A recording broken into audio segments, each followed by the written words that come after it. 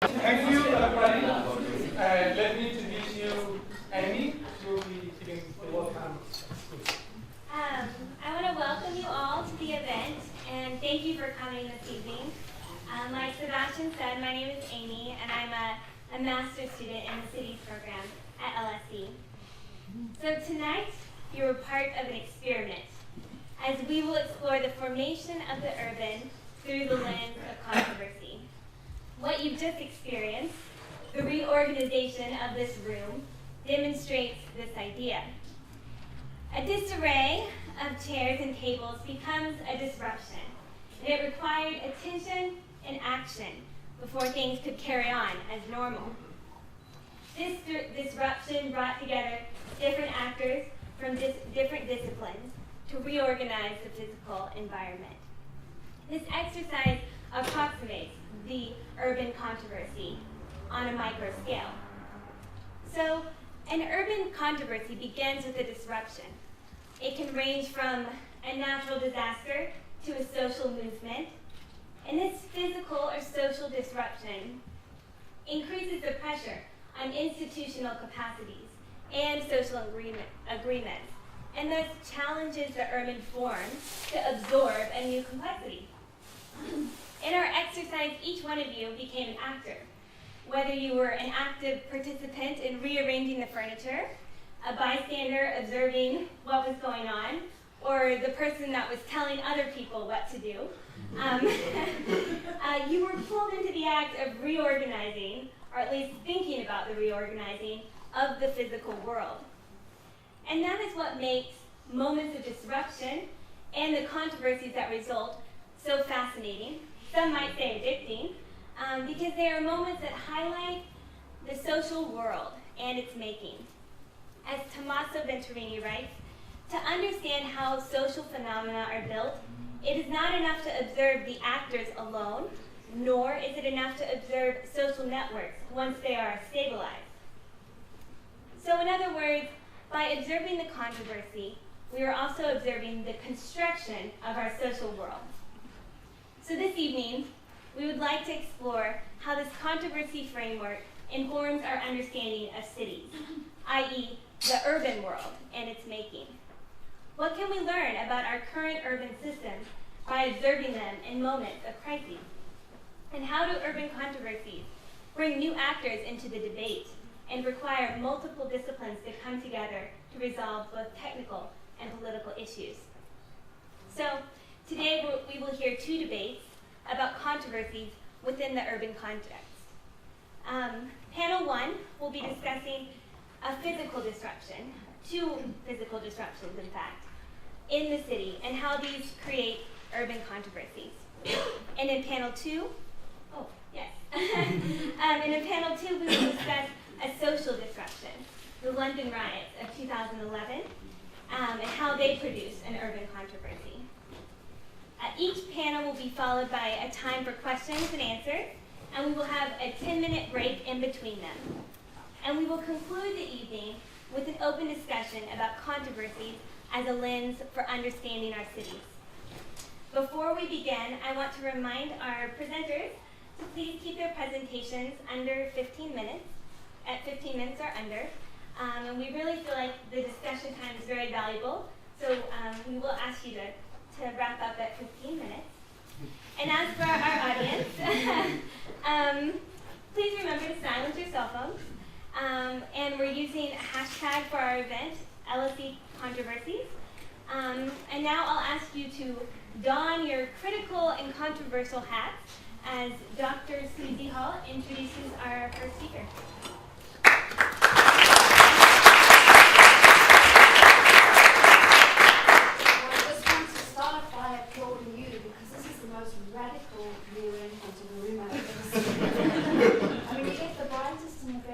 You give them a challenge to rearrange and amazing. I'm feeling the creativity.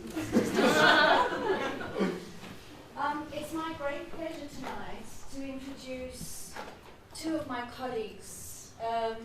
Austin I work with at LSE Cities, and Sebastian I work with within the Cities program. I'd like to start by introducing Sebastian. He's an architect who also has a master's in sociology, and he's currently doing a master's in city design and social science in the cities program.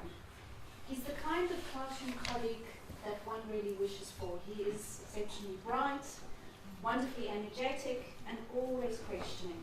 Questioning ideas, questioning the lecturer, questioning the reading, questioning the tasks. A key area of Sebastian's research is an exploration of how to build after the earthquake in Chile in 2010. I'll now shift into Austin Zeiderman. Do you want to find a space? So please do, please do.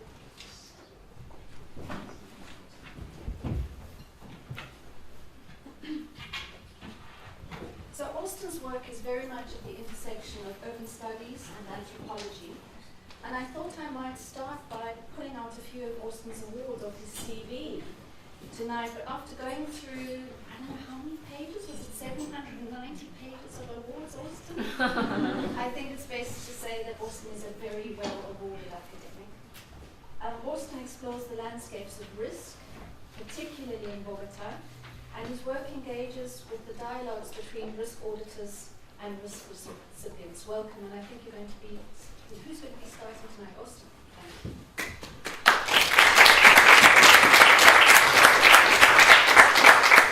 Thank you. I'll do it. Well, thanks, Susie, for the introduction, and thanks to Amy and Sebastian and everyone else who's involved in the organizing of the event. I too would like to congratulate you for the reorganization or the deorganization of the space. Interesting what you did with it. Hope there's not a fire or anything like that. So, some in the back won't be able to get out. But also wanted to congratulate the organizers just for having created and put together what I think is a really innovative and important intervention and conversation around urban controversies. So what I'm going to do today is tell you a story that centers on a specific controversy, or actually a set of controversies, that took place in Colombia in 1985. And some in the audience I know I've spoken to are familiar with these, so maybe they can chime in. Feel free to do so at any time. So what I want to do is I want to use this story to reflect on three questions. The first one is, what emerges from controversies? So in that sense, not what do controversies reveal, or what do they show us, but rather what they do. So in that sense, we look at what controversies produce. And they don't just produce things themselves. So that brings us to the second question that I want to think through today, through this story, which is what kind of event is a controversy? So should we see controversies as a kind of isolated occurrence that happens at a single moment in time? Or rather, or should we focus on the ongoing processes through which anything, any kind of occurrence, ultimately becomes a controversy or not? And then the third question, and this is something that Amy already mentioned, is what does it mean to think about urban controversies? Is there something distinctive about the relationship between controversies and cities? I'm not sure where I'll come down on that, or where I'd like to, but I think that's good. That's something to discuss. I'm inclined to say that in some ways it might be misleading to think about certain controversies as distinctively urban controversies, but perhaps it also pushes us as urbanists or students of the urban to expand our field of vision, to take into account some of the things that I'll be discussing today. So let me start off with the story. It's November 6th, 1985, when 35 members of the M19, or the M19 guerrilla group, attacked the Palace of Justice, the Palacio De Justicia, in central Bogota. They took hundreds of hostages, including 24 Supreme Court judges. The president then rejected demands. The demands were that he come and stand trial for essentially betraying a previously negotiated peace accord. And instead, he ordered the army to storm the building. Now, in the ensuing battle between the Colombian armed forces and the rebel group, more than 75 hostages were killed. The Palacio de Justicia went up in flames. 11 of the federal justices were trapped inside and were themselves killed. Now, exactly 1 week later, a volcano 80 miles west of Bogota the Naval de Ruiz, erupted suddenly. So warning signs of imminent danger had been ignored, and over 25,000 people died as a massive mudslide buried the town of Armero. And this photo shows where that mudslide covered over where the town of approximately 25,000 inhabitants previously lived. Now these coinciding events, as you could probably imagine, happening only 1 week apart, were immediately conjoined in political discourse. So, for example, the president, Belisario Betancourt, referred to the two difficult tests that Colombia had just faced. He said, one emanating from the violent and irrational action of men, the other a terrible blow from nature. So a similar framing appeared in a newspaper editorial entitled Yesterday Men, Today Nature. So the way these events are being framed already in political discourse. And you have political cartoons also juxtaposing the two events together. Now, while these are obviously two catastrophes of very different types, they were both seen as requiring a joint and coordinated response. So the media also conjoined the two events, but in a slightly different way. They were assigning blame for the casualties in both cases to governmental negligence and a lack of foresight. So a week after the Armero tragedy, the volcanic eruption, El Tiempo, the main Bogota newspaper, published a cartoon simultaneously asking, when will we learn that it is better to prevent than lament? 2 days after that, a very influential newspaper columnist for the same newspaper authored a scathing report under the heading Apocalypse Foretold, which is why I titled this presentation Apocalypse Foretold. So what he said, what he was not trying to do was to mourn the casualties, which of course was an important thing to do at that moment. But what he was doing is reminding readers of the mountain of evidence that both of these events were likely to take place. So he cited all kinds of evidence, and I won't go into details now, but that both events could have been predicted, could have been foreseen, and were not. So he ended the editorial with a quotation saying, "We have become the land of tragedies forewarned, of prophecies that come true, of prognoses that materialize." So again, looking ahead, a failure of foresight. So I want to quickly compare this with government and media response to another large-scale disaster that happened just 2 years before, in 1983. And this is in the southern Colombian city of Popayán, where an earthquake destroyed much of its historic center, causing 250 deaths and over 3,000 injuries. And this is the cathedral of the city, which was actually the epicenter of the earthquake. So the comparison here is between the events that I just discussed in 1985 and one that happened 3 years before. So unlike the kind of outrage that transpired in the aftermath of the 1985 events, in this case, there's no blame leveled at the government for having not foreseen the catastrophe. Of course, earthquakes, as we all know, are more difficult to predict. A very difficult to predict kind of event. But in many cases, in the aftermath of earthquakes, you find controversies around the degree to which risk was either assessed or communicated properly, or the degree to which the state was prepared for the event. So in the case of Popayán, everything that was discussed in the media and political discourse was all about recovery, reconstruction, looking backwards, how to reconstruct the city, how to put it back together after the earthquake. Whereas in 1985, after the Armero tragedy and the Palace of Justice event, you have everything looking forward. It's about foresight, it's about prognosis, it's about prophecy.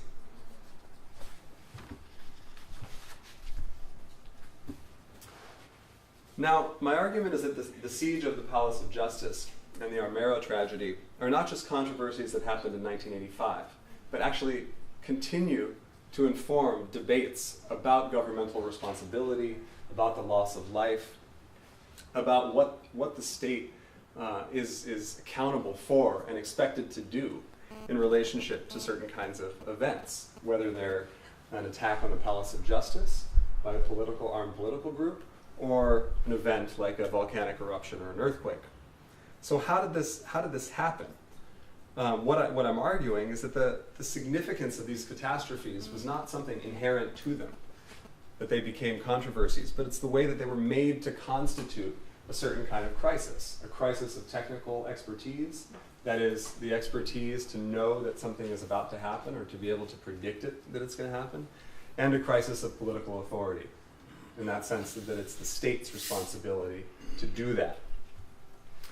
Now, this is interesting to me because of what I went to Colombia to study, which is the way in which ideas of risk, security become central to the way the city is governed, planned, built, and lived in the contemporary period.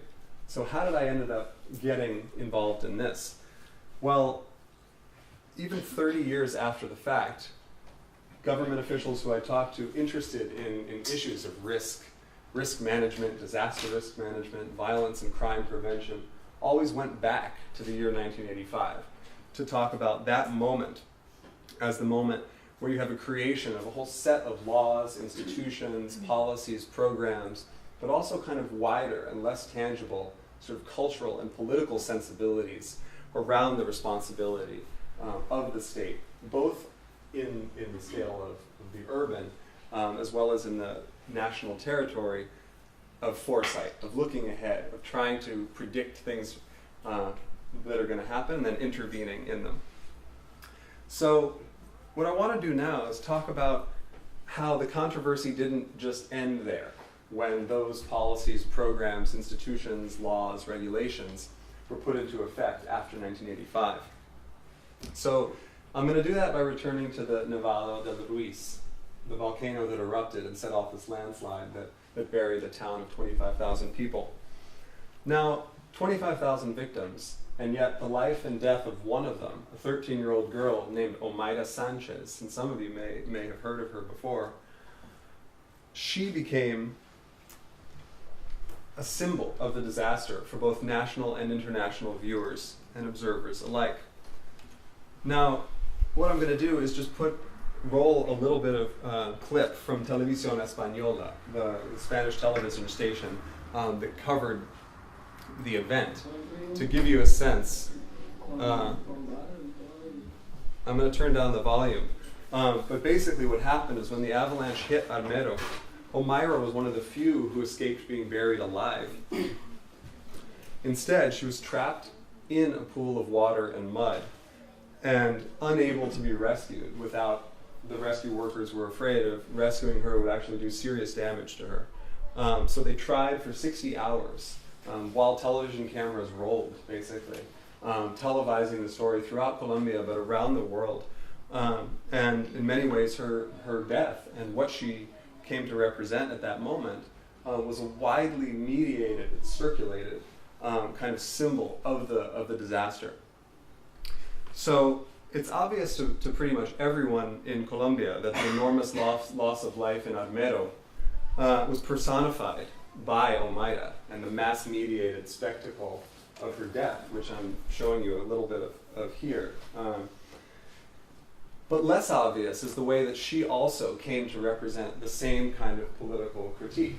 So the critique that the state was unable to protect the lives of its most vulnerable citizens, or Myra Sanchez, a 13-year-old girl, but also a failure of foresight. Again, she was often discussed as a life that should have and could have been saved if the state and its technical apparatus would have been able to foresee the event.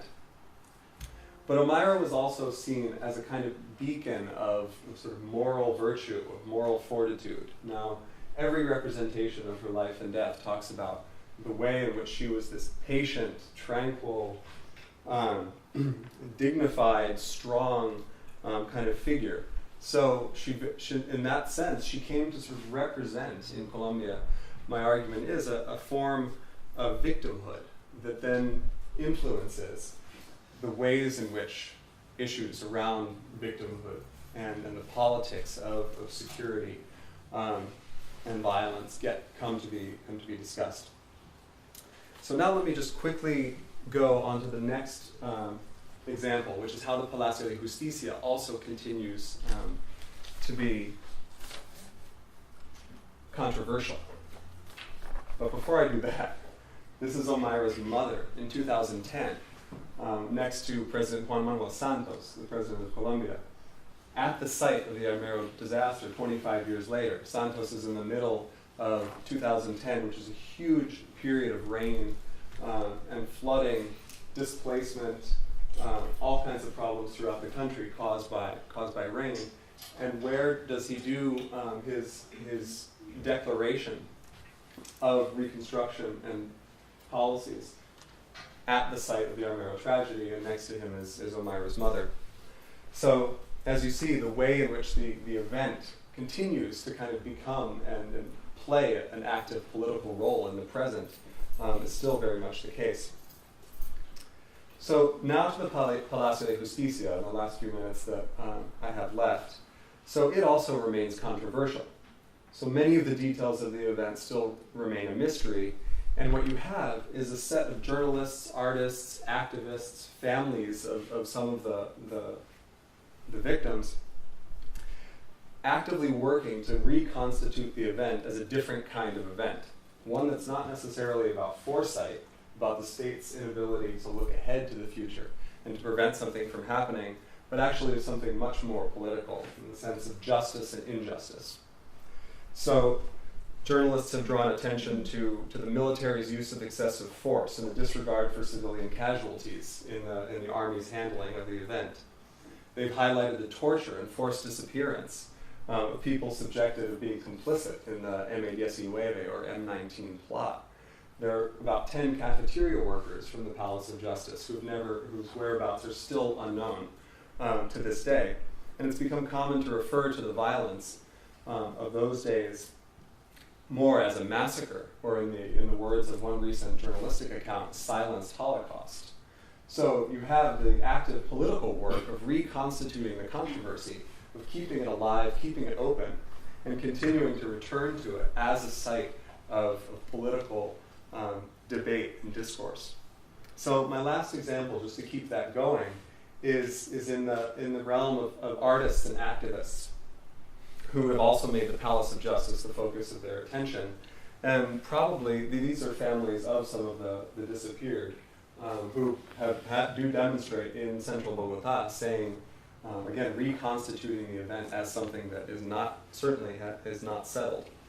But I wanted to turn to an artist who I imagine most people living in London would know of, and her name is Doris Salcedo. She's an internationally recognized sculptor, and for known around these parts as the person who cracked the foundation of the Tate Modern. So her work is still quite visible there. And all of her art, as she said, has to do with political violence in Colombia, and was very much motivated by the Palacio De Justicia, the Palace of Justice event in 1985. However, she returned to the event explicitly in 1982 with this public installation in Bogota. So in 2002, on the 17th anniversary of the siege of the Palace of Justice, what she did, she created a site-specific installation here called Noviembre 6 y 7, November 6th and 7th, which she designed for the facade of the new Palace of Justice in central Bogota, which was built in the same location. She initiated her work at the precise moment at 11:35 when the first person died in the siege, and then she descended wooden chairs over the building's eastern face for the precise temporal duration of the battle. So again, what she's doing there, she's actually taking the time of the event, recreating it in 2002 in the contemporary period, again to create this sense that this is a controversy that in some ways has been closed and set aside, and in other ways is still very much open and in the visible space of the city. So in doing so, she's attempting to keep the controversy open as a matter of political concern, whose meaning or whose political meaning has not yet been settled. So to conclude then on the final question, which I really won't say much more about now, but we can talk about with the other panelists in the various moments for discussion, is what does it mean to think about controversies as urban? So what does it mean to think about an urban controversy? What is it that distinguishes them from controversies at large? does it make sense to think about what I've talked about today as urban controversies necessarily, and how do they inform our thinking about the urban more generally? And as I've discussed, my interest in the politics of risk, the politics of catastrophe in Bogota, the way that that shapes very much urban concerns and urban dynamics in the city, makes me want to say, yes, these are very much all about the urban. But at the same time, I think there's a question there as to what degree we would focus on these catastrophes if we simply limited ourselves to thinking about urban controversies and created too tight and narrow sort of border around those. So thanks very much. I'm looking forward to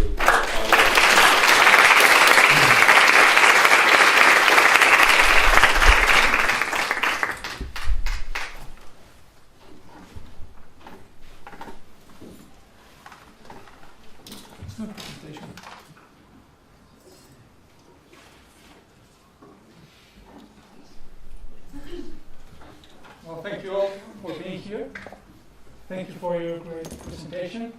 And let me tell you that your urban design looks more or less from here like a medieval city with entrances. So if you, Michael, if you want, please. Yeah, sure.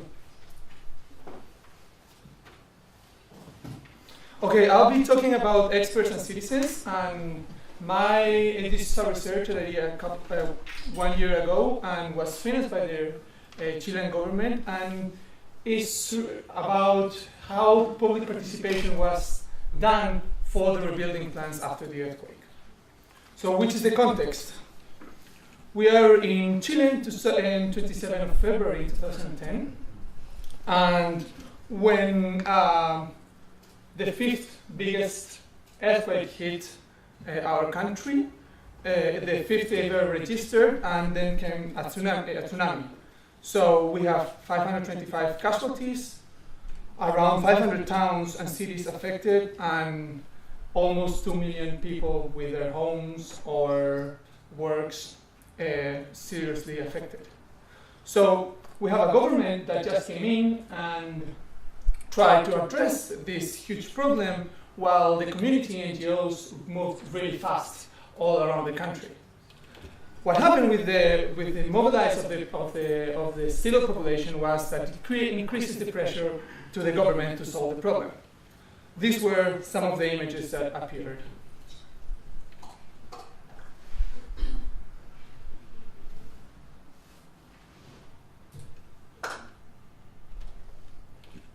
So, what is the controversy here?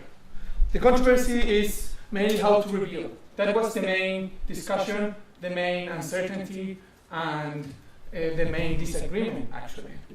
So, to tackle this, the government made a big umbrella, which was called Chile United Reconstruct Better, which was mainly, very synthetically explained, was all the ministers worked out a private-public partnership in which corporations finance finance the development of the plans, experts should solve the plan, government bills, and citizens participate. And here's when things become blurry. What is to participate?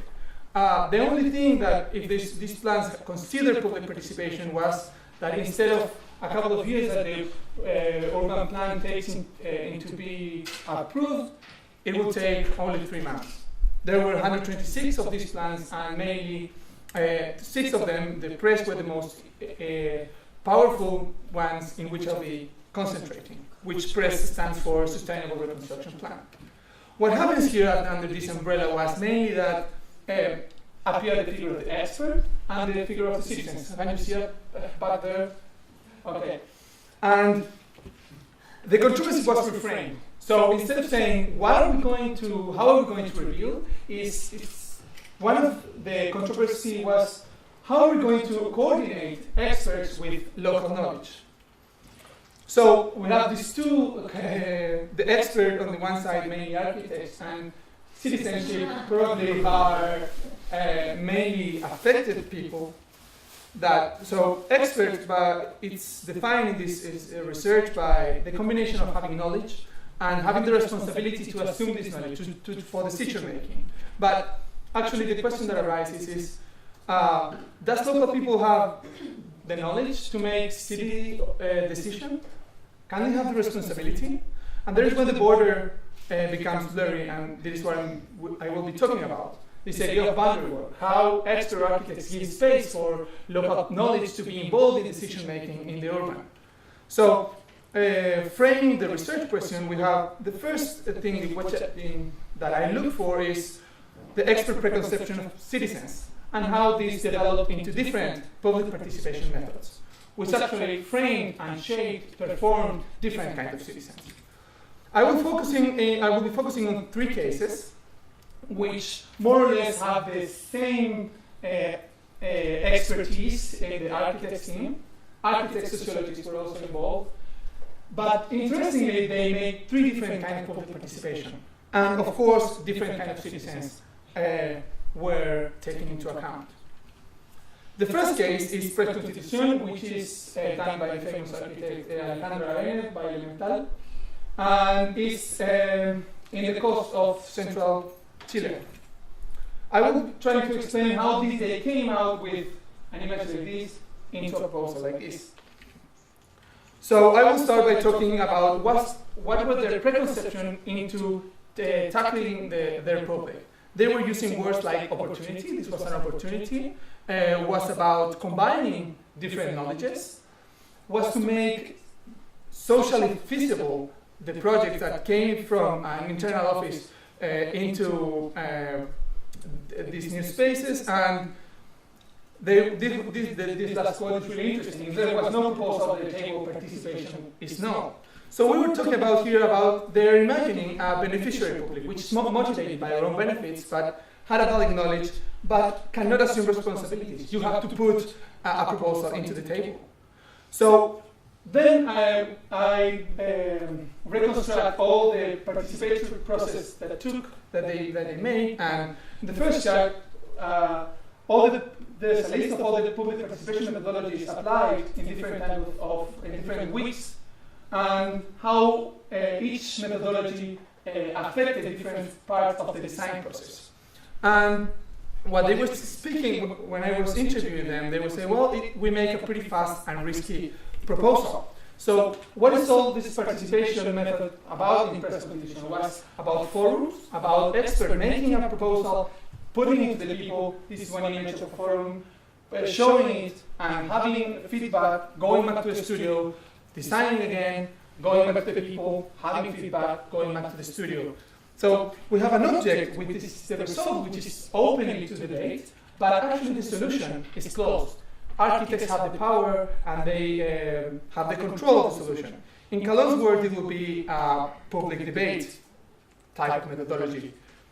And at the end, what happens is, this was the main plan, it was an anti-tsunami park.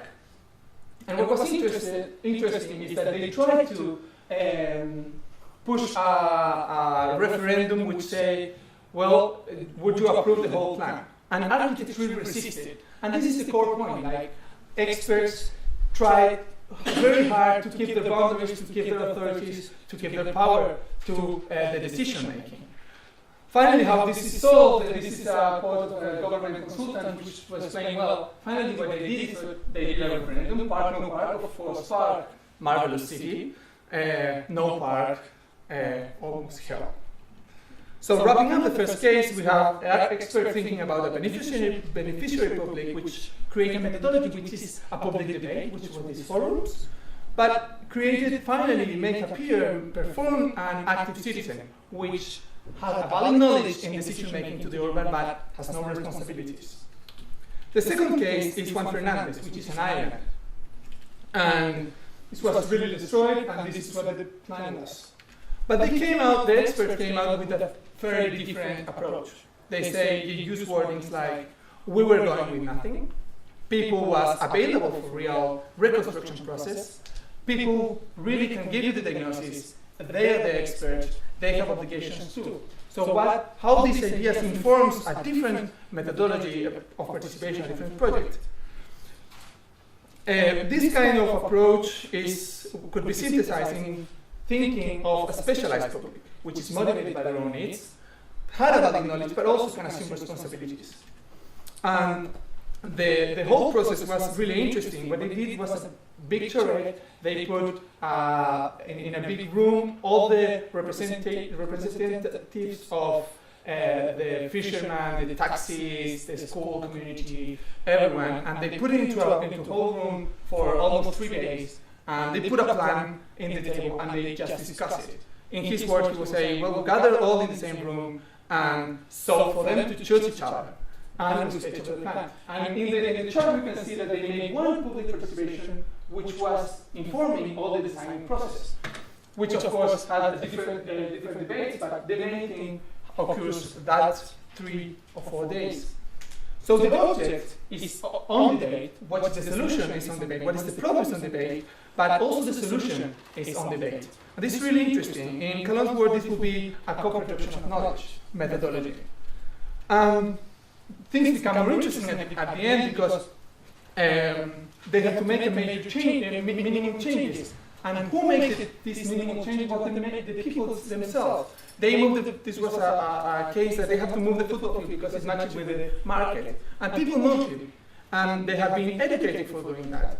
They have this intimacy with the project.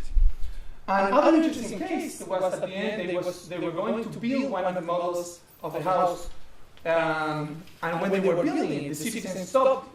And what happens with that is because the way in which those houses were designed were not designed with the people.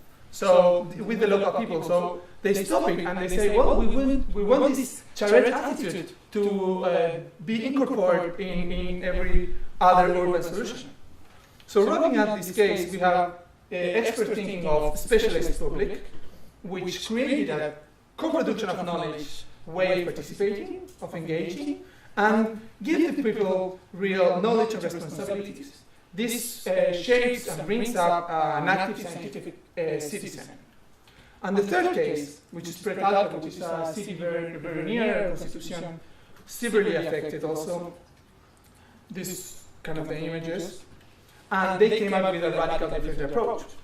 They say, well, this is the main quote. The first quote is the guy, the ex-architect, was in charge of public participation. He was saying, well, I do not know how to make public participation. It's kind of a moral issue. Next to the people, well, I'm super expert. And they have prejudice. And they don't show, they don't participate because they don't want to. And the chief architect of the design of the studio was saying, well, is there many contributions that people can make? So they were thinking of another kind of public, a consumer public, which is motivated by their own interest, which has no knowledge, and was, of course, unable to assume any responsibilities. So what kind of methodology they make? They make a strategic approach, try to sell that, which was, of course, difficult, and based on the top-down analysis. And if you see the methodology in this chart, you see a very fuzzy, blurry, disorganized methodology.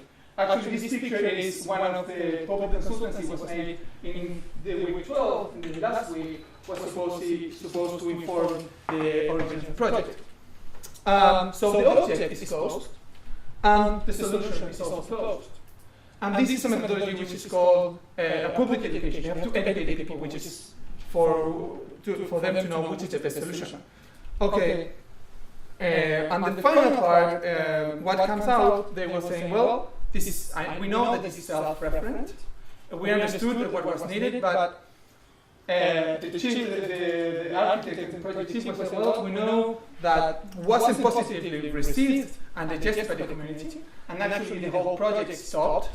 And the most interesting thing is that they were saying, well, it's a bit of being stubborn and not too smart for the people, not to really incorporate our solution. This image is the public showing of the final project in the main plaza.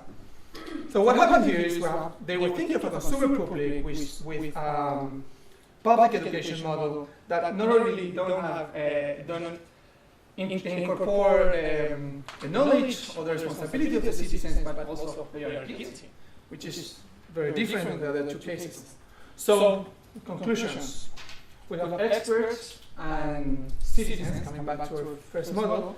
And what happens here is that when cities break out, not only the buildings fall or collapse, but also the social fabric is questioned. One particular thing that is questioned is who is the expert, who is going to solve these things. But it's interestingly also citizens are redrawn. There are some windows open for them to participate in ways that it wasn't possible to participate if there wasn't an earthquake. And what this research did is, instead of trying to reframe what was all the controversy about, it was to look very into macro scale how this relationship was revealed. I figured out that the conclusion was that there are three ways. The first one is a forum and debate in which a lot of citizens' knowledge is incorporated to the plan. The second one is one in which citizens really can take decisions into the urban forum, and the third one is a really close one.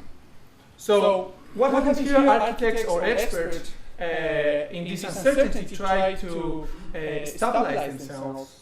Meanwhile, citizens are open into new ways of participation. And well, the final thing I have to say is that two things. First is that this raises really important democratic questions.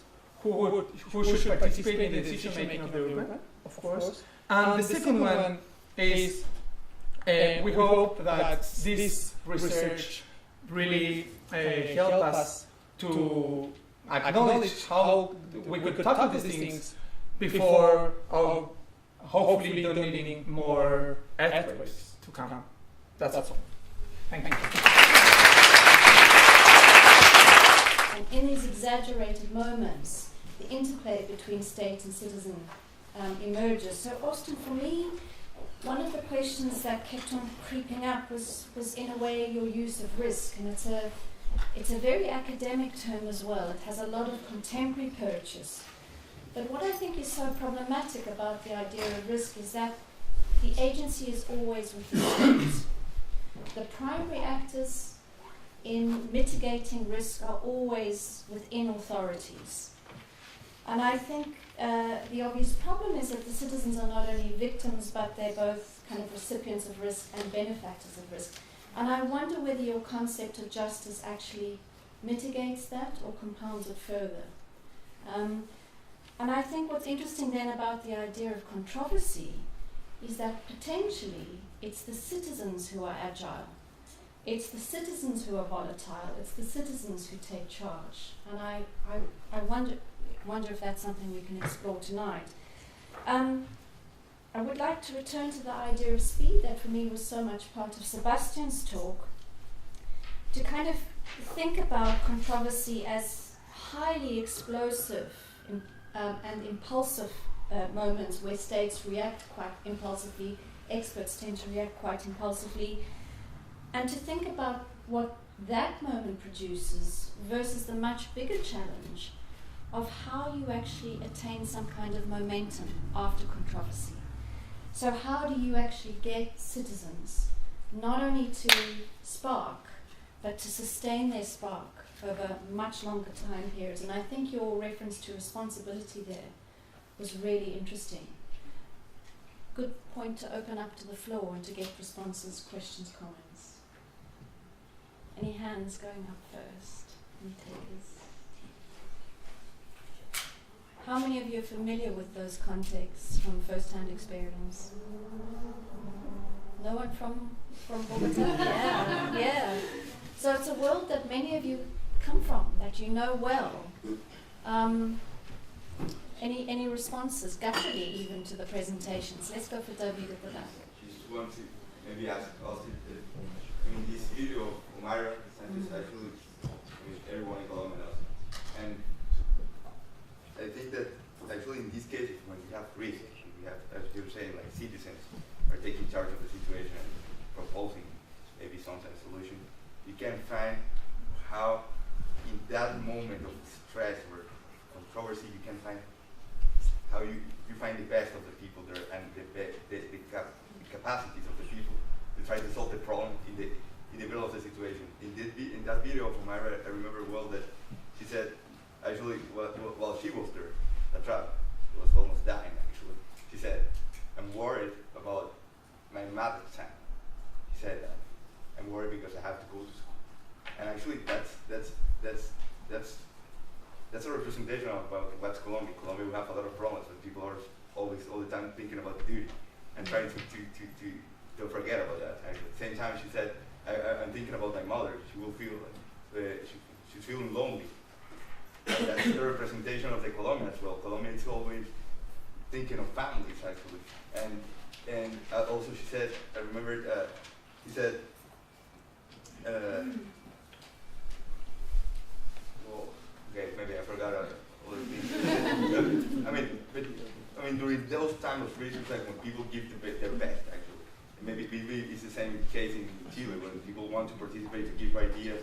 Maybe during these stressful moments, it's where people, So they are tragic and highly productive at the same time. So I don't know if you should take something in those cases. Maybe the same in the Palacio De Justicia in Colombia. There is this case of this Coronel Plaza Vega. He said, "What are you doing?" A reporter asked him, and he said, "Well, I'm trying to save the democracy, master." He said, in the middle of the combat. Actually, it's another phrase.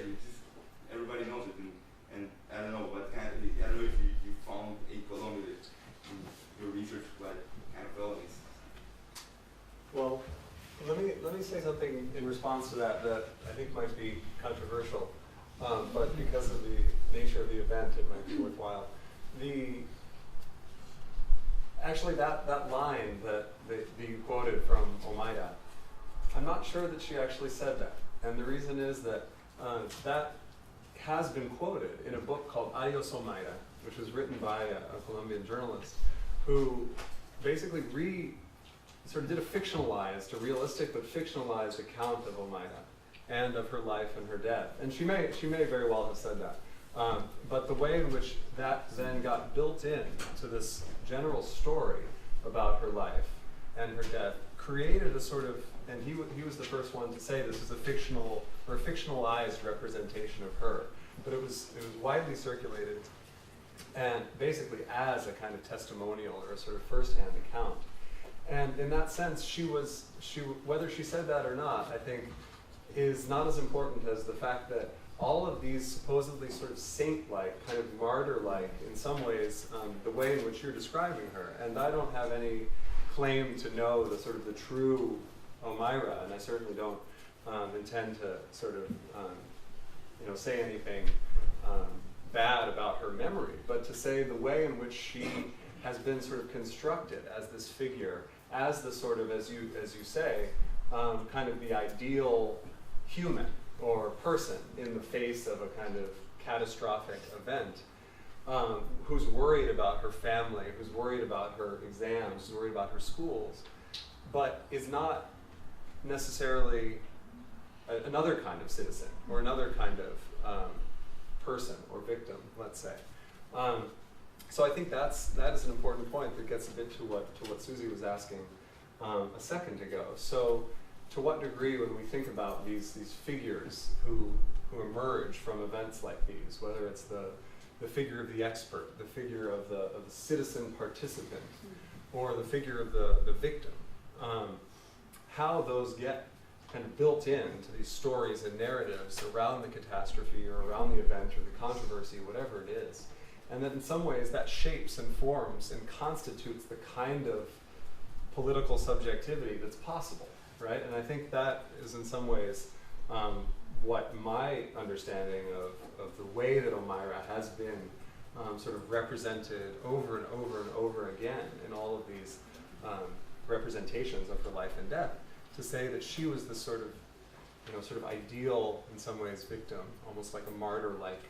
And it's very different from a kind of, say, the activists or demanding a certain kind of justice for the state's complicity in the massacre of the Palacio De Justicia, for example. A very different kind of victim, a different kind of subject that is emerging from that event. Yeah. maybe another distinction that is really important is to distinguish between emergency and the controversy. So we have for instance, in both cases, we have a moment of emergency which is really real, or whatever real is, but the second stage is how are we going to address this? And then is when things become new, actors become defining the things in many different ways. And I think that second moment is where controversy really are relevant. And coming back to your question again, Susie, is, well, I think if we have some reflections beforehand, before this disaster comes, they can really become an opportunity. So I think I would like to add that to what everyone's. I wanted to ask you, Sin, a bit about the cases you were presenting. So, just to make big the controversy, I really like the results of those work. Yet I was thinking, do you think these actors actually emerge in the problem, in the let's say there is Salcedo or Santos, doing still present the debate currently 2010, for instance, visiting the site, and Doris Salcedo making this intervention, or do you think they sort of look some sort of voyeurism and take advantage of what media can produce, so they start selling themselves by going back to that story? So before coming here, I had the opportunity to work in Doris Salcedo's workshop for for a few months, and it was, I mean, she's smart, she's incredible, I really like her, and the point is,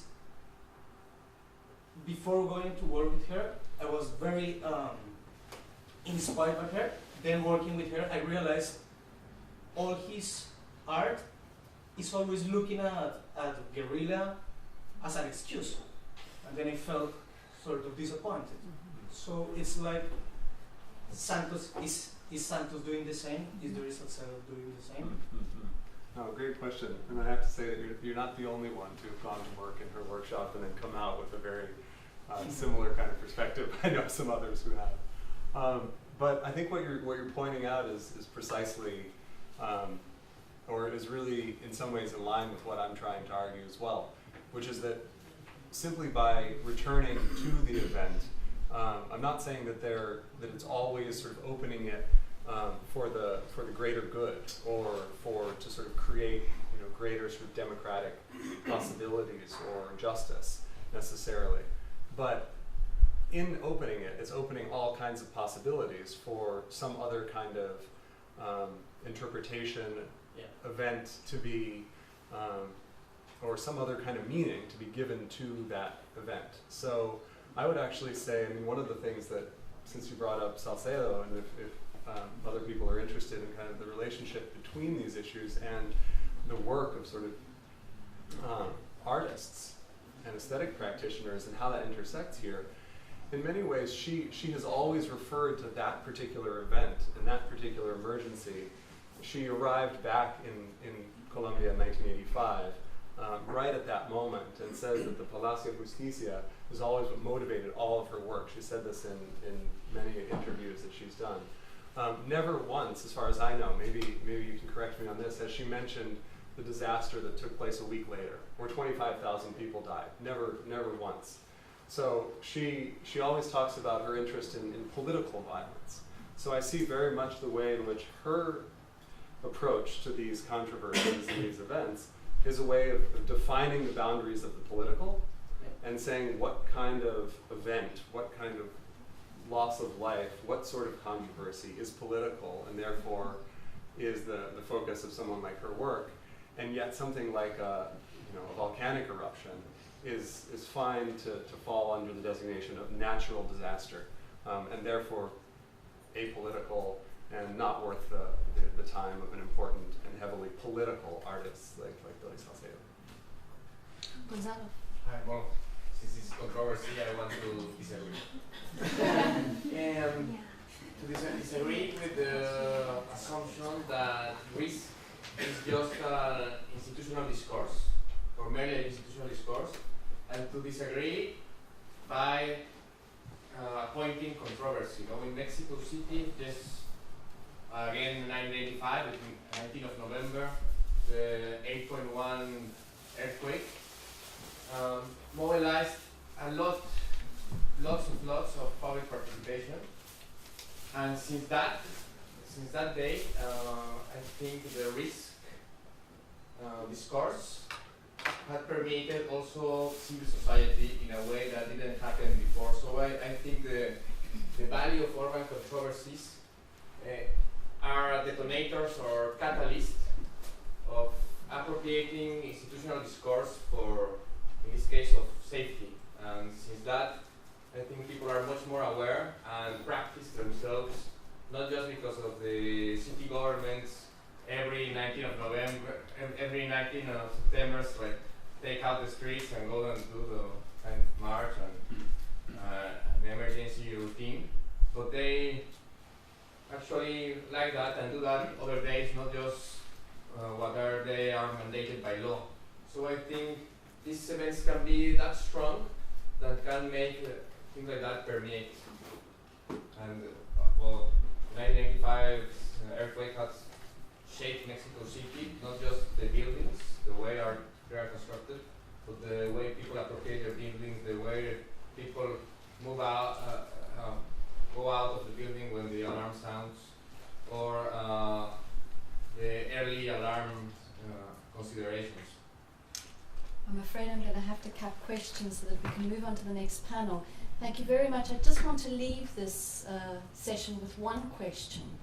And the question really is, when is it legitimate to be an immoral system, as a citizen? When is it okay to say no, and who gets to say no? Thank you. And our first presenter will be Gloria Morrison, the campaign coordinator for Joint Enterprise Not Guilty by Association. And the shorter name for that is JENGbA. And Gloria's son, his best friend, Kenneth Alexander, was convicted of murder under this joint enterprise law in 2006 and is currently serving a life sentence. In September of 2010, Gloria and other campaigners around the country set up JENGbA to highlight the use of the joint enterprise doctrine to target people, specifically youths, who may have had no involvement whatsoever in criminal activity. So you can see how this might link up to the riots discourse. JENGbA now supports 370 prisoners and their families in dealing with these issues. The second presentation will be given by Gareth Jones, a reader and lecturer from LSE's Department of Geography and the Environment. Gareth's research in urban geography focuses on how people make use of the city and how the city is represented in policy and practice. While Gareth has conducted research all over the world, his recent publications concern young people and urban conflict. With the most recent book he edited, Youth Violence in Latin America, Gangs and Juvenile Justice in Perspective. So without further ado, Gloria, let's start the debate.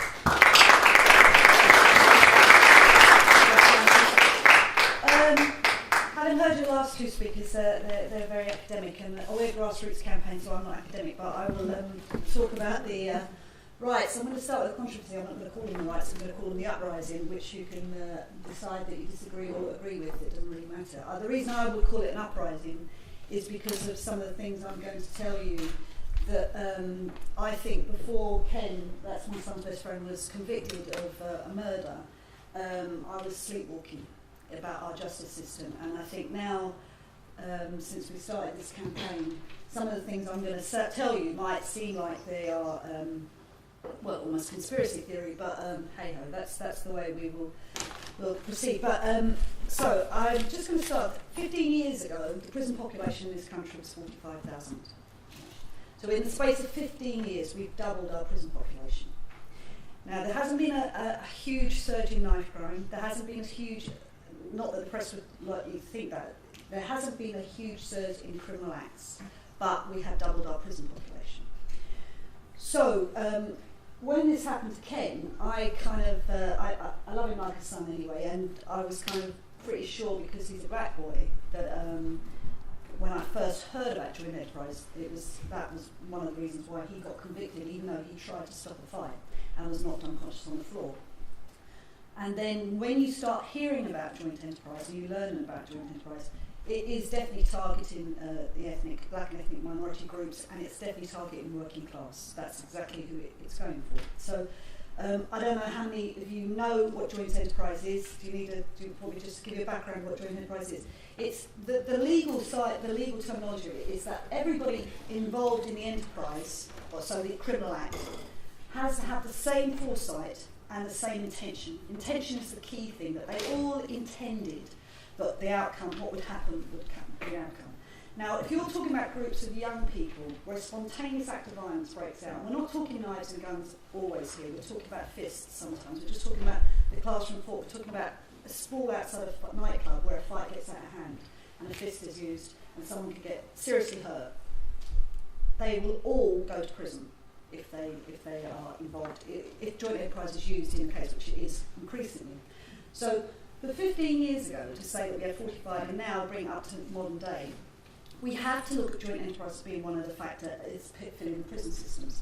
Prisons are a business, that's the other thing. We've got Serco and G4 that are bidding to take over the private prisons, and they're building private prisons, so we've got to look at that as another factor of why do we have to keep building prisons when we can't afford to keep people in prison anyway, and why are we sending people to prison for something as simple as trying to stop a fight. It's a hugely political thing. The police will tell you that it's about gangs. Okay, so there's, as you can see, we all wear our red shirts because we're campaigners. Jade and Shirley had their nephew. He was part of the Market Street gang. Didn't exist. The murder happened on Market Street that he didn't do. He actually tried to stop a boy from attacking his friends, and then when that didn't happen, someone else came down the road and stabbed him. In court, the judge said that it was about a phone call. Now, that's a very interesting development about the law, that phone calls are enough. If you phone somebody and your cell can show that you phoned somebody else before a murder, that's enough, that you're a ringleader, you're encouraging. So, Jade made the phone call, but they proved in court that Jade couldn't have made the phone call because he had no credit on his phone. So the judge then said, well, forget the phone call. It can be as simple as a nod and a wink. Now, a nod and a wink is a legal term in this country. It's a nod and a wink. It means that you just need to, I don't know how you do a nod and a wink in a spontaneous act of violence, but so then Jade got sent to prison for life. The other thing about it is mandatory sentencing. I'm just going to give you this background about joint enterprise and why the campaign is so important, because I think when people think you go to prison for anything, they believe that you're a bad person, or you need to be in prison. If you go to prison for murder or something quite serious, they think you're a very bad person and you really should be in prison.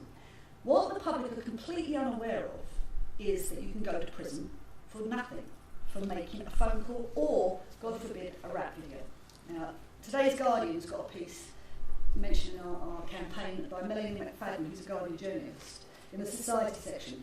And Melanie's come around and she's supporting the campaign, but she said on the day of the riots, the uprising, contradicted myself already, she had to sit on her 20-year-old son because he was texting his friends, let's go out and get them feds. Now, if he was arrested out on the street during the riots, that text message would have been enough to send him to prison for violent disorder, because he's proving that, let's go out and get them feds. I mean, it's ridiculous. It's what stupid young boys do and say. It doesn't make them rioters. During the uprising, now I'll go back a little bit. We have been in front of the Justice Select Committee, and they said, right, this law needs clarification because it's obviously a mess. And but the DPP said, he came out and he said in 2000, at the beginning of 2010, he said he would give guidance. It took them a year to do it, and the reason why it took them a year to do it is because they used joint enterprise, violent disorder, for a lot of the people that were involved in the riots. So they got large swathes of people in court and just convicted them all under violent disorder. Patricia's son Rodney was one of those boys. And I went to Patricia's son's trial, and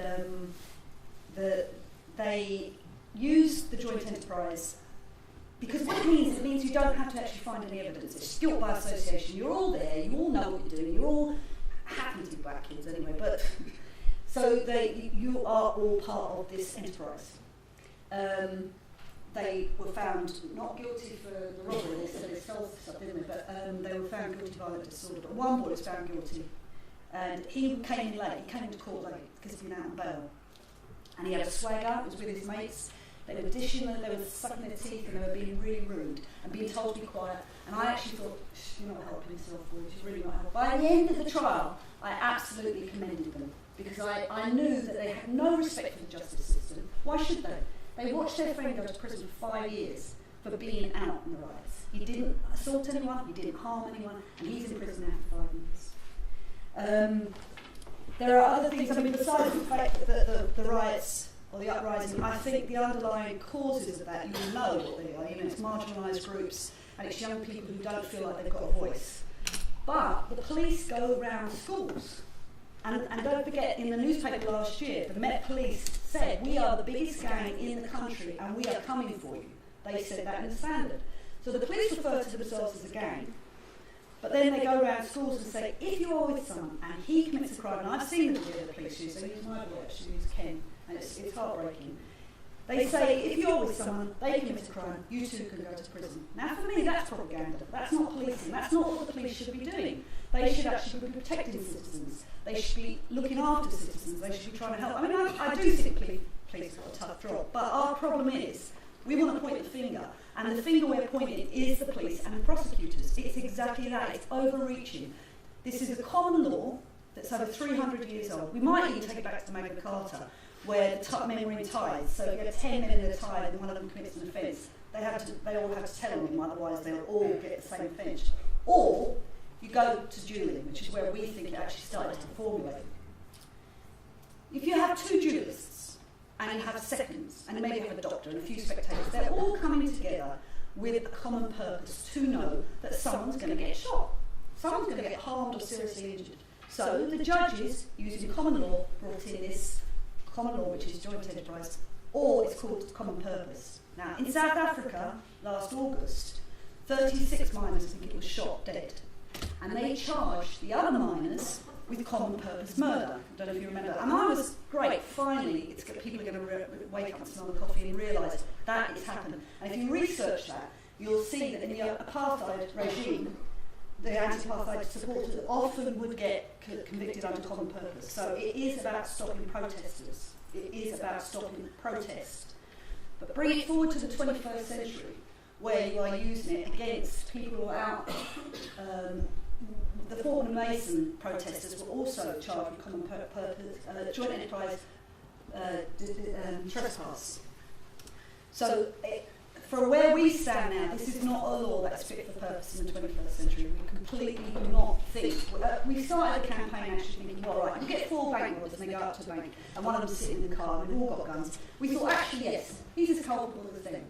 But we argued for the guidance, the DPP's issued guidance. The guidance is rubbish, you can wipe the toilet with it because it's absolute rubbish. You cannot put guidance on a doctrine. That's what joint enterprise or common purpose is, it's a doctrine.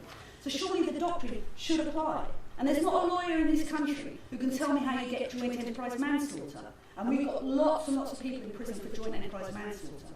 Because there's no mens rea, there's no actus rea. So how are you part of the enterprise? How are you having the same intention and foresight? So it really, really is a mess. It's a mess. And we, as a campaign now, like she said, we've got 370 prisons, but our number grows because we are not getting the YOIs.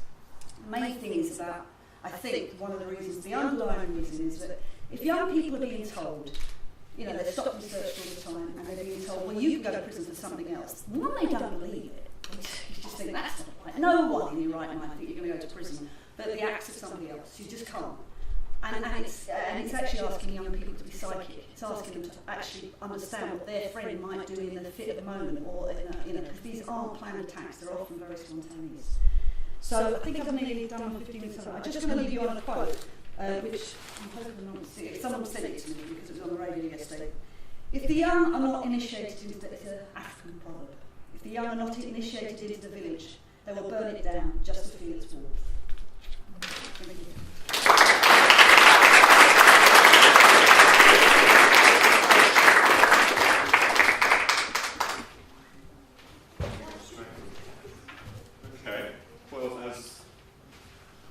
Monty Python has it, now for something completely different. Although connected, I hope. See, different at the very least, because I don't have a PowerPoint. Many of us are. Okay, accounts of the London 2011 riots, I'm going to challenge that term in a moment, offer interesting and poignant insights into urban politics. The insights that I adopt come largely from a kind of comparative perspective, looking at sort of contentious politics, urban violence and state responses from the position of almost rhetorically, what would have happened if this had been Mexico, what would have happened if this had been Brazil, and elsewhere, maybe in South Africa. Apart from analytically, whether that's analytically appropriate, we could probably sort of think about, it's factually at least the way in which I first had to think about London 2011. Because I learnt about the events of that summer whilst in Kenya. Now, I'd been kind of interestingly, a sort of mental experience, I suppose, been out of email and telephone and TV contact for the previous 10 or so days, and then turned up in Nairobi to this sort of flood of news that London and other UK cities were burning. And BBC and CNN and so on and so forth. And I was first told this by a bunch of guys while sitting in JENGbA in Nairobi, and found myself being interrogated about a set of events of which I knew then virtually nothing about.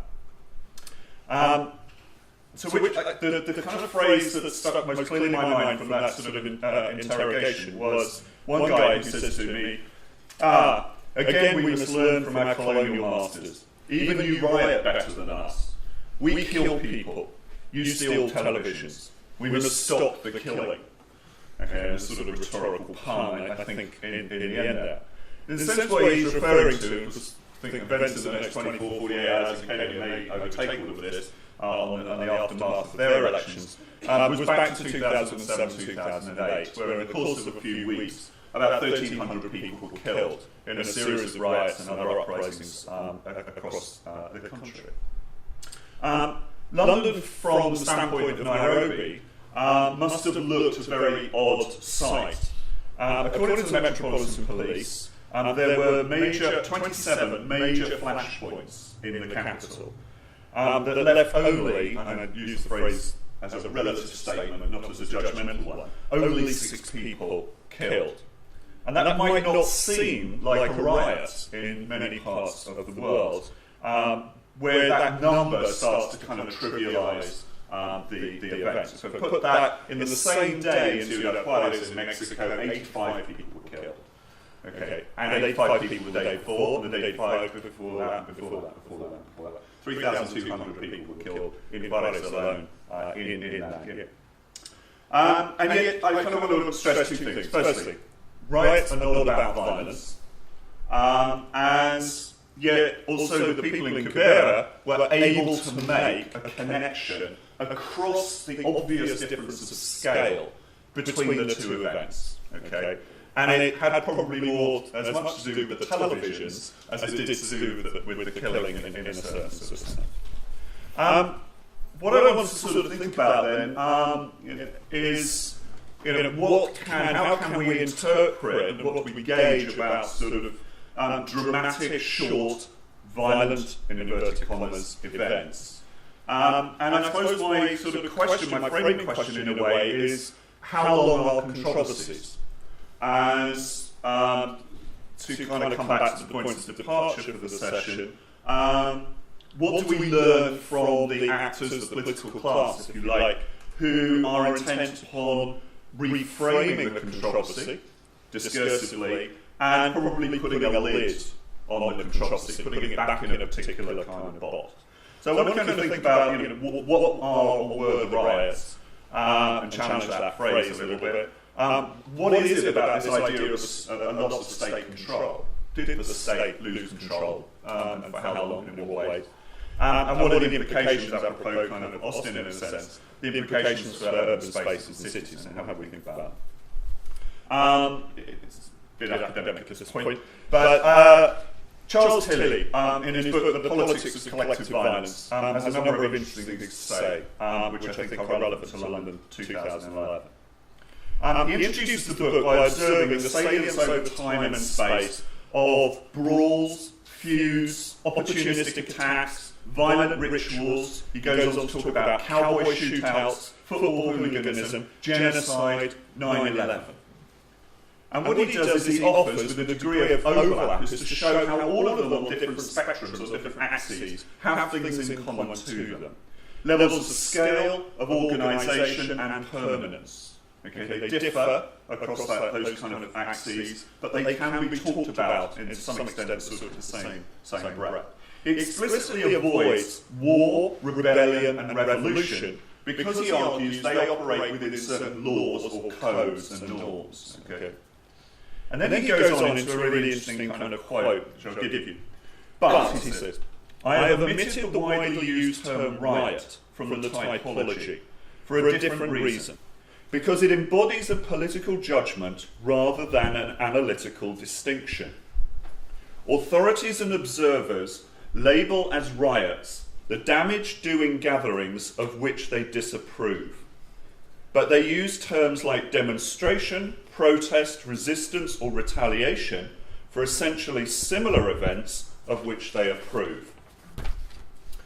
He goes on, and again in quote, just a line later, in cataloguing thousands of violent events, and he goes back actually to about the 14th, 15th century France, I have not once found an instance in which the participants called the event a riot or identified themselves as rioters. Yet immediately, a couple of days after the London 2/11 riots / protests / uprisings, we heard David Cameron at this dispatch box in the House of Commons describe rioters as, quote, thieving, robbing and looting. Because, apparently, there was no moral framework, and as I say, no political framework, with it to their actions, so he claimed. That text was supported in the coming days by Ian Duncan Smith, Ken Clarke, and perhaps more cautiously, I'm not a supporter, but more cautiously, Boris Johnson. This was, I want to suggest, as kind of first point, this kind of counter-narrative that the riots were conducted by rioters was not a counter-narrative to the rioters, protesters / controversialists, but to the civic groups in Tottenham, Hackney, Clapham and elsewhere, who had been arguing before camera and elsewhere that the riots were similar, indeed some said no different, from what was happening in North Africa simultaneously. Civil society taking on the unrestrained power of the police. So the question that comes from that, and that sort of disjuncture, is who defined London 2/11 as a riot? And in a sense, though I'm thinking here of the aftermath, that's kind of one of the most interesting sort of issues. It reflects on an academic issue, which is about boundary formation, and about how boundary formation and how the control of boundaries around events creates people's identity, constrains at least the degrees of freedom within which people can identify themselves. During the protests, I think it was the protesters or rioters themselves who defined the terms of the discourse to some extent. And in that sense, both speed and that sense of a kind of loss of control became very much sort of operative of that endeavour. Over the course of a few days, the police deployed 3,000 officers to control the early stages of the riots / protests, too few to contain the events as they were cropping up. In Nottingham, I read in the paper subsequently, the police admit that they lost control of the city for 2 nights consecutive. So there was a sense in which perhaps the discourse, the representation of events had shifted away from the state and of a political class. It was being defined partly by the actions of civil society, if not perhaps a sort of unanimity of that civil society. Rioters/protesters, to some extent, determined the tactics and spaces of events in London, particularly 2/11. I think it's probably fair to say that the police security plan for London in the aftermath of 7/7, the G20 and anti-globalisation events, pre-Olympics and royal wedding, did not consider the possibility of mass violent disobedience directed at Specsavers on Tottenham High Road. That was not where they were looking, okay? And that is where the events kind of took place. So they were caught on the hop, and they were caught sort of looking in the wrong direction. And there's a sort of lack of prognosis in that sense, I think, which added to the sort of animation of those few days. But I think after the riots/protests, control of the city has occurred through a recontrol of the public discourse of the riots themselves. And I think that's the kind of segue, it sounds academic, but it's the kind of segue to what's being talked about here. Who controls the debate, essentially? The protests became riots, such that almost nobody questions now that they were not. The protesters become rioters, such that nobody thinks that they were not, and thinking of Charles Tilley. Importantly, young people very quickly became youth, and in the words of UK Minister of Justice Kenneth Clarke, a Liberal, and Mayor London Boris Johnson, and I can't remember who said what now, they became delinquents, a feral underclass, and members of gangs. I think Clarke was the feral underclass.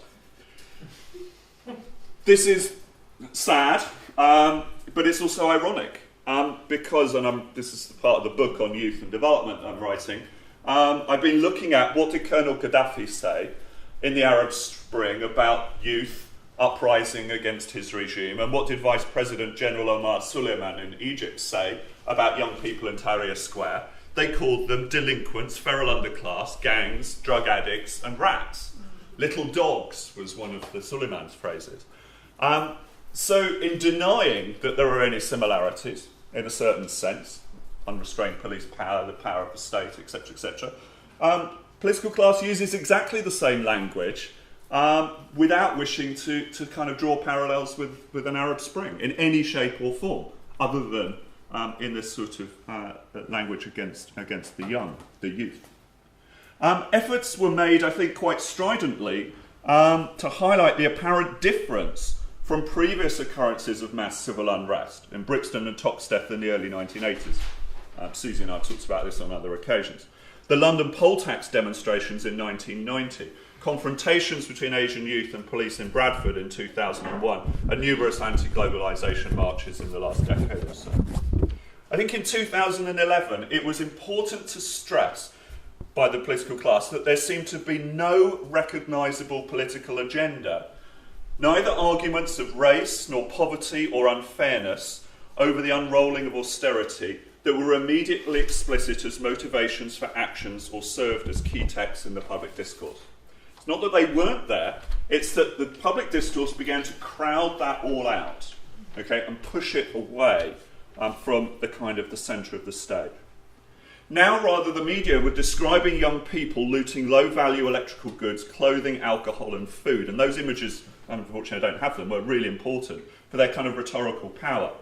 And not only in the Daily Express, let me point out. One widely circulated image shows a black woman, probably in her mid-20s, her face partially obscured by a handkerchief, carrying 3 bottles of alcohol and a packet of cigarettes. And the rhetorics there is, where's the politics? Okay, this is not a political act. This is a feral underclass going out for its fags and unwilling to pay for them. Another much shown image depicted 3 young men, again black, jumping through an electrical store window, one of them carrying a plasma television. Again, no politics, therefore no justification. Conversely, we have 2 other controversialists emerging almost simultaneously. Vigilantes, who are protecting property rights and small shops, of which their legal, anti-legal behaviours are not sort of subject to the same sort of insights or oversights in public discourse at all, other than to a certain extent a sort of slightly uneasy reification of their actions. But more importantly, I think the street cleaning campaigns which emerged afterwards.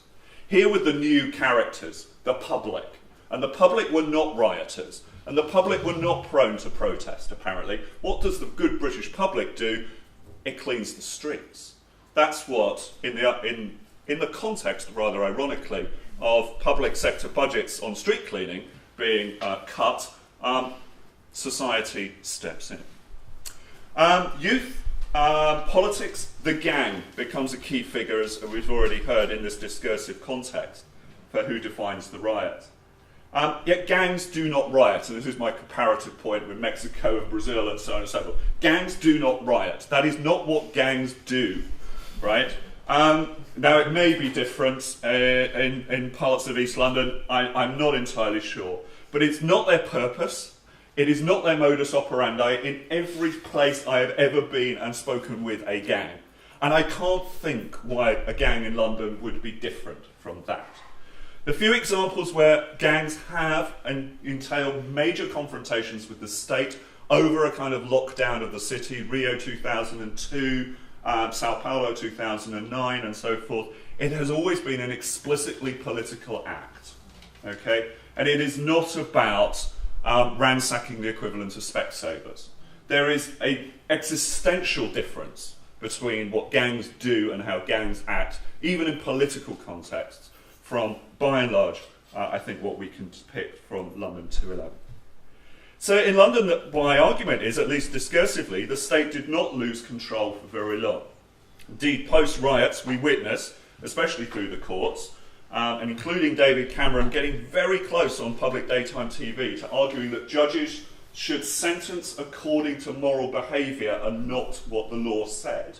He kind of caught himself and slightly moved back to the reassertion of state power, very, very quickly, at least rhetorically. And I think what we've heard an awful lot about since is this sort of diminution and this kind of calibration of who are the controversialists. The controversialists are now not the rioters or protesters. The controversialists are the sweep cleaners and so on and so forth. And a lot of this kind of new public debate since 2011 has been about legitimating a response to the question which, again, an academic, David Bailey, asks in a different context. Again, my comparative lens. A book called Changing the Guard, Developing Democratic Police Abroad. Bailey proposes a simple kind of philosophical test of whether the police are democratic. And he says to ask, quote, do parents teach their children that when the children are away from home and need help, they should ask a police officer? So if you trust the police are democratic. I think that's a very dangerous assumption, philosophical or practical, to make. But I am mindful of the fact just how much we've heard the word trust used in the last year or 2 years, particularly vis-à-vis the criminal justice system, and despite Leveson and so forth. Where I'll end is to kind of consider what was lost in London 211. And I think what was lost, and it was a kind of set of discourses around the city and the citizens. I think we lost the political class's enthusiasm for multiculturalism. I think it was on the wane. And I think we lost its replacement, cosmopolitanism, as well, also on the wane. We also lost community cohesion as a phrase, a la the Council report, and some might say amen to that, but I think these kind of phrases have somehow abated in the last 12 months or so. More importantly, though, because I don't care particularly what consultants propose a great deal, we lost a space, or, because I'm a Lefebvrean, a moment, for a post-political city. A city in which there could be an alternative politics, in which the social is political. Because I think that does help to understand some of the events of that summer. And I think, unfortunately, we lost by learning a scepticism, or relearning a scepticism, that possibly we are not the 99%, and that we do tend to think of ourselves as deciles and quintiles very quickly. And probably we lost a little bit of the sense in which London needs a degree of controversy because the politics of the city since, and I deliberately use London 211, since London 212, has all been very publicly, not behind the scenes and in other quarters, but publicly, from City Hall and so forth, kind of nice. London was fixed by London 212. The controversy seemed to go, and it went by this notion of helpers, those street cleaners who now became London city helpers. And that seemed to kind of put back in a new set of agents, a new set of people, in a sense without multiculturalism, cosmopolitanism, controversialism, rights, and so on and so forth. It just became civil society, and it didn't have a particularly political agenda. Okay, thanks.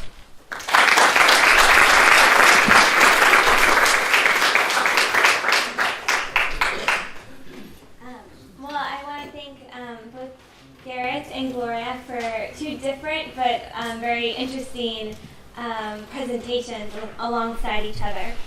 And I think from both presentations we can kind of get a sense of how much the discussion of the controversy can frame the debate and kind of shows who has the upper hand even in the midst of a crisis. And I also think it's interesting to consider the joint enterprise case, which has been maybe an ongoing controversy that hasn't necessarily taken the headlines for a continuous amount of time, compared to the riots, which were a spark that perhaps could have led way for these other legal things to arise, but perhaps didn't because the way it was framed by the political discourse. So I guess for Gloria, I'd want to hear more about how the controversy of the riots and how people being arrested through that event, did that allow the issue of joint enterprise to come into play, to come into the public discourse in a new way? Did that open the door for you to enter into the dialogue in a new way? And if not, what do you think prevented that? Because it's obviously very related. People gathering in the streets and being arrested in large groups to the issue that you're working with. And for Gareth, I think it's really interesting how you point out what was lost in the riots of 2011, and how you point out that this need of a little bit of controversy was perhaps lost. And I would just like to hear your projection of what you think that will lead to, if you could make a projection, and if you think it's an important part of urban life, I guess, that aspect of controversy. So I'll pose those questions, and you can respond now, or we can take a few others. I think it's interesting because my belief in joint enterprise is, just a show of hands, how many people have heard about it before? Well, today. You have, right? So but then that's because. So you're intelligent people. You would think you would know something that's being used every single day. You need to take yourself down to the Old Bailey. Every single day you see large groups of people being all tried for one crime, and it's been done by stealth. It's absolutely been done by stealth. We think somewhere around about 2003. It was interesting when you said the Bradford riots, because one of the oldest cases we've got is Rahman, and he was convicted just after the Bradford riots. They knew that a boy was murdered in Bradford, and he was shipped out to Pakistan quite quickly. Not the boy was murdered. We've got to be really mindful. We're often talking about people who have been killed here, but we're saying that the people we're defending or supporting didn't actually commit the offence. We're not trying to get innocent people out of prison. We're trying to say, look, this is being abused. And the reason why I believe it's been used by stealth is because if you tell someone, any practical person, that there's a common law that's attacking common people, that doesn't make any common sense, anybody across the board, right-wing people included, they don't believe you. And the reason why it's being used so stealthily is because we think the British justice system is one of the best in the world. That's why we say, sleepwalking. Everybody thinks the British justice system is one of in places like West Indies, they're still using joint enterprise, and it carries a death penalty. So, you know, it's a very, very, very serious doctrine that needs to be checked. So I think, and it's very, it's a can of worms. I believe our campaign has opened a can of worms. So I think, you know, when you say that, even when it was used in the riots, people still weren't thinking, because there was kind of like the violent disorder and you're all out together, so you're kind of thinking that's okay. But hang on a minute, you go back and you look at cases where you've got an individual and they know what the individual has done, but then the police, and that's the sad thing that I reiterate what the same Gareth was saying, the idea, you know, police, we were in an adversarial system, so the police can get commendations on this. So you get people, we know, from the blind boy that was up there, you saw Jordan Cullum, he's a blind 15-year-old boy. That police officer who came out and stood on the steps afterwards and said, and those boys showed no remorse. Well, Jordan Cullum screamed mummy in the dock, he was 15 years old. He screamed mummy. Those boys showed no remorse. He's now head of Manchester Police. So we know it's about. Deb, you're part of us, but you asked me a question. I just want to say as well the impact that the media had on it, because during the riots, which I believe was people were rioting against unfairness, and we know the trigger point for that, and we're close to that. The media, what they did, and they printed hundreds of pictures of people, and without knowing what crime they'd actually done, what their culpability was, and that's the essential thing. So there's an assumption that all those people, and all those people that were out on the street, were rioters, but they weren't. Some of them, young children, just go to have a look to see what's going on, because politically we've closed down all the youth clubs. There is nothing for those kids.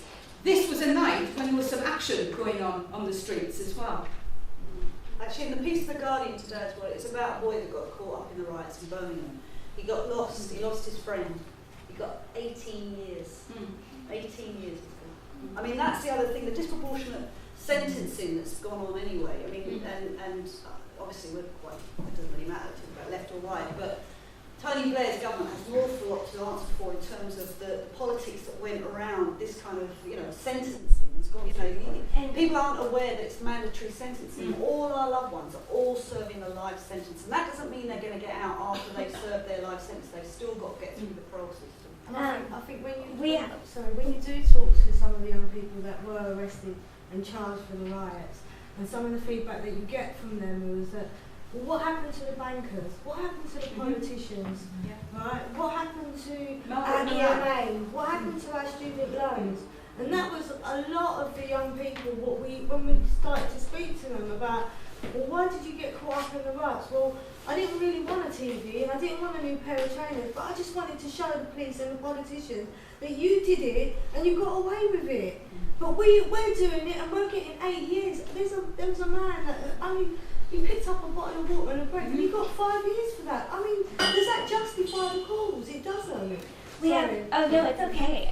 We have a few questions. Gareth, do you want to respond to anything? Well, only 2 points. Yeah. I mean, the general point of this kind of collective action criminalisation, I mean, it probably is by stealth in the UK, I can't comment on that, but Austin and others in the room will know that in Latin America, there are a great many equivalent measures taken which are in plain sight of day. In fact, they're probably the main sort of political debating points. So that in parts of Honduras and so forth, Guatemala and the like, having a tattoo of a gang is a criminal offence and will bring 12 years in prison.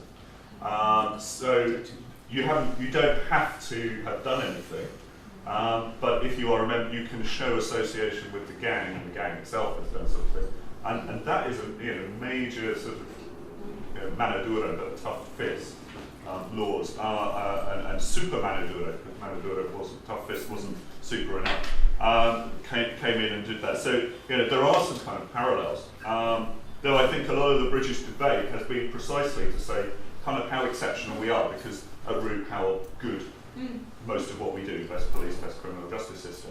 But I think that the sort of discursive deceit that I'm kind of picking up on is that rests on a key and very deceitful phrase in British criminal law and public discourse, with a very small-ish word, which is reasonable. Okay, and that is not a legally defined word in common law. It's a politically defined word. What is reasonable? So I think when kind of Cameron went to the dispatch box and said the rioters and looters, it seemed unreasonable. On all grounds, austerity, race, time of year, every ground was unreasonable, and therefore lawyers and others could argue unreasonability, and that gives them an awful lot of leverage in the criminal justice system. In addition to what the statutes might also be saying, it kind of creates the arguments that they can use. So implications of an uncontroversial city in certain senses, at least in the opposite of controversy that I would like to see, is for the future is Boris Johnson. I mean, he's like a wet blanket over controversial politics, other than the controversies that he creates momentarily himself. But he doesn't deal with controversy in the way that we've talked about it up to now. When you talked about some of the instant, it was there. I mean, the amount of times I told my daughter to get off BlackBerry and Facebook and shut it, just they still gave those two boys who set up, they were going to go right in the back of the thing. They got 4 years each. Well, I want to take a few of the questions before we. I'm sorry to interrupt you. I'll take. I know Sebastian had his hand up. You, sir, and then this one over here. So Sebastian, why don't you start since you were first, and then we'll go. I know we are a little bit late, so I just wanted to point out a little bit a parallel discussion also regarding the urban aspects of all of this. You both mentioned some things about the Olympics, and you didn't tackle it directly. Can you explain a little bit further what this kind of urban renewal really changed the perception, or how we should address this kind of issue? And why don't we just go ahead and gather all the questions, and then we'll let you respond. So you, sir? Yeah, well, I know a lot of people want to apologize for right-wing dictators in all parts of the world, but I'm really glad that I'm in Britain and not in Chile, because I'll give you two small examples. During the miners' strike, I was arrested and imprisoned for fighting with the police. I did fight with them, but of course it wasn't an equal fight. It was me trying to defend them from hitting me. But because I'm strong, I was successful. I did that. But I wasn't but they don't. It isn't Marquis of Queensberry's with the police. So in the van, I had my face punched in, but it was done very cold and calculatedly, because I had my hands behind my back, and the man put his gloves on. He was looking at me very sadistically and decided where he was going to hit me, where it wouldn't leave a mark. Unfortunately, it did leave a mark, but they'll get away with it, didn't they? So then, beaten in the police cell, a few punches in the face and the body, and spat on. Oh, great! Great civilized policeman, spat on. Of course, we're supposed to think young thugs haven't done that to me. Well, muggers have done that, that's another story. But anyway, the thing is, right, that this happened, and when the solicitor showed the photograph, it was just dismissed. So, I went bang, that was it. Now, the thing is, right, I don't know whether it was earlier or later, I can't remember now, but before I went on the access course to the university, the people that really helped me to actually get there was when I was in a homeless hostel in South London, in church housing, and two of my best friends, Pablo and Lydia M. I'll use the word M because I'm not stupid, right? They've gone back now because of the plebiscite, back to Chile, to Temuco. They were been here 18 years. They came over here, stayed with a trade union family in Scotland, and Lydia went and got some like a master's in something or other. I don't know, it was social science or something. But anyway, that's what had encouraged me to go on and do a sociology degree later.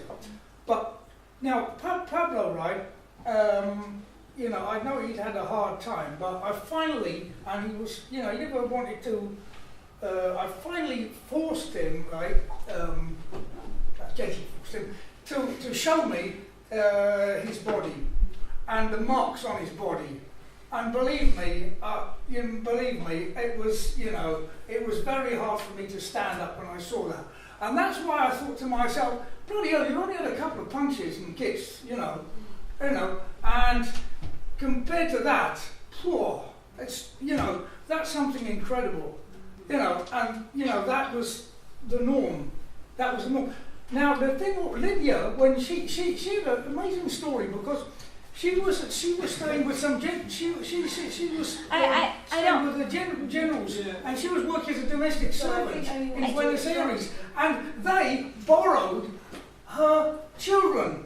They borrowed it, and she was terrified that they were going to be kidnapped. So as soon as she got them back, she flew to meet Pablo in Scotland. I hate to interrupt you, but since we're short on time, I'm just going to get one question from the back. Yeah. So this one's mainly for Gareth, but it kind of concerns him. I actually did my master's architecture project on the riots, and so it was like a year-long project, and I took David Cameron's quote that we've got a sick society, and so for that, you know, I looked at Susan Sontag, things like that, which is illness as metaphor, stuff like that.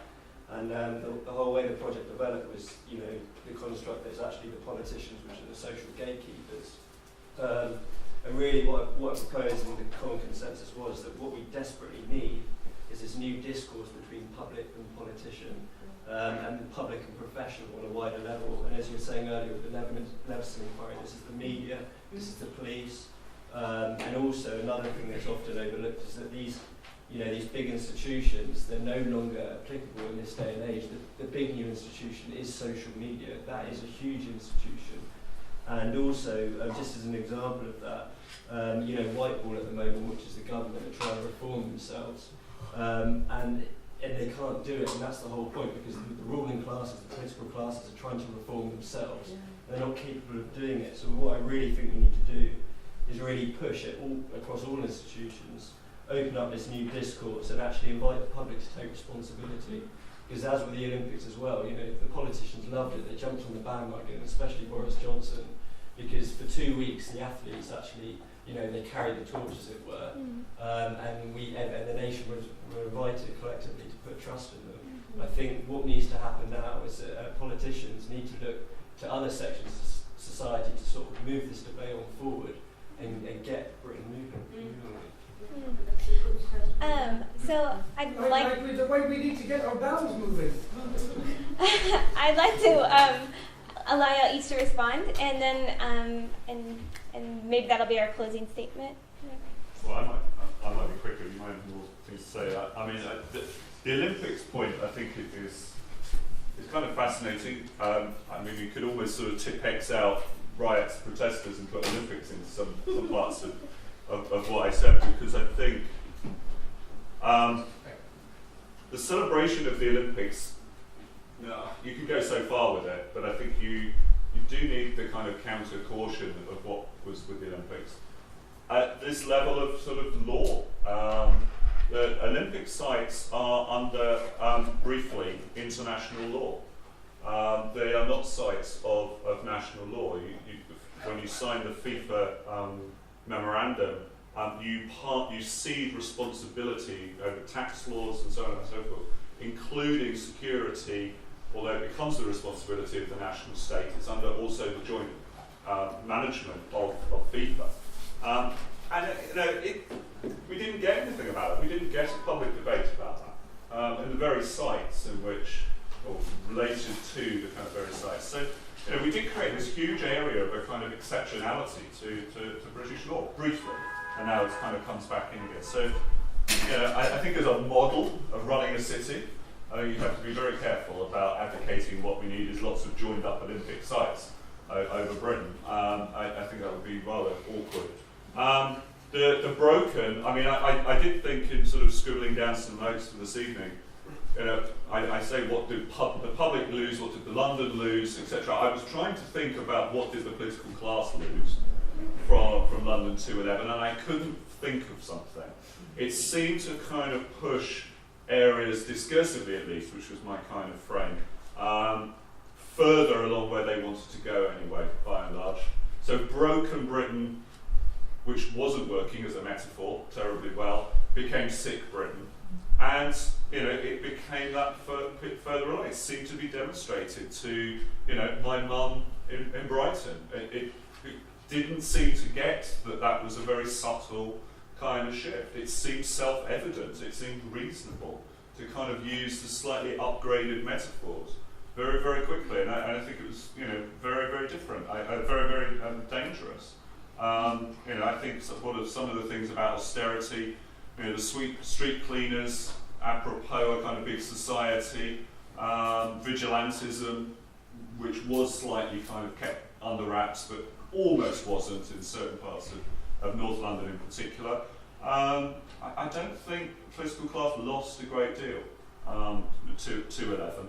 I think they put the lid on it in many ways pretty quickly and effectively. I think the police have had a harder time, kind of re-engineering their public image and so on and so forth, but generally public policy debate has controlled the controversy pretty quickly. So I think controversy was a moment. How long was controversy? I think you could probably, from calling it alive to calling it dead, might have been, days, though, things sort of run on in certain quarters, but as a big public event, I think it may have been pretty short-lived. Gareth, do you think that a fear has been left behind and that the police and the ruling classes are maybe fearful that the same thing could happen again, and that's why they're readjusting all the laws so that they can scoop up people without it's about control. Do you think as well that there is a demonisation of the working class, which actually is becoming the unworking class, and that's a criminalisation of the hoodies? That's Well, we were going to hug a hoodie in 2008. It's spin, and the Olympics was a big spin. The Olympics was actually a gift for the government and for the ruling classes when it came along. I just want to add, but I don't know if you're aware, but there's something like Sharon will confirm this. I think it was about 300 young people in East London were arrested pre-Olympics And scooped up. They just were taken out of the way. Just in case. I actually come from East London. I lived right next to the tower block that had the missiles on it. And prior to the Olympics starting, we had what they call where they basically the police block off your area and you can't go out that area. You can't come into that area. And what they did is they stopped every young person that was outside of their house after 7 p.m. And you had to give them your details and tell them where you lived, etc., in order to cross over to, because I lived on the border of Hackney and Tower Hamlets, so at that time it was like you had to have a justification being in that area if you didn't live in that area, and if you didn't have a justification, you were arrested and taken either home or to the police station. So leading up into the Olympics, it was awful living in East London because you were paranoid, you were concerned that the young people that lived there were not going to be party to the Olympics. Everyone they hired for G4S to do the security were only on a short-term contract and they were unemployed again. So there was loads of kind of build-up towards the Olympics that is not there now. And I mean, I walk around empty streets in Hackney and Tower Hamlets and thinking, where all the people gone? It hasn't fulfilled its promises. I don't know about your class point, though I'm sort of sympathetic to it probably, but I think London is run like a brand, and anything that tarnishes the brand reputation is going to probably be looked at very, very closely. Missiles is obviously a far extreme example of that, but if you go down here to the corner of the BBC in Kingsway, there is a plaque on the wall which reminds you that it is illegal to congregate on this street corner in a group of more than 5 for public protest. Outside the LSE, and outside between the LSE and the BBC. I think that's an amazing thing. I haven't spotted it, and I don't want to kind of misquote it, so please take that as a paraphrase, but it's only so big. Like this. Just an incredible thing. When they're doing a protest, it's post-Iraq demonstrations, student riots, and so on and so forth. But yeah. Well, I feel a responsibility to kind of bring the debate to a close, because I know we could swap swords all night and all we need is food to sustain us, which I'm not opposed to that. Let's take this conversation, somewhere else. Let's continue it. I just want to kind of close on the note of how controversies, they don't, examining the controversy and trying to see every aspect of it doesn't really make the situation easier to deal with. It doesn't make the pathway to understanding what's going on simple to grasp. In fact, it sometimes makes it harder to understand. But in some ways, it makes it more intelligible in all its dimensions. And I really want to thank both Gloria and Gareth for bringing to light different aspects of the riots, and to Austin and Sebastian for kind of bringing these different perspectives together tonight. And I want to thank all of you for coming. So have a good evening.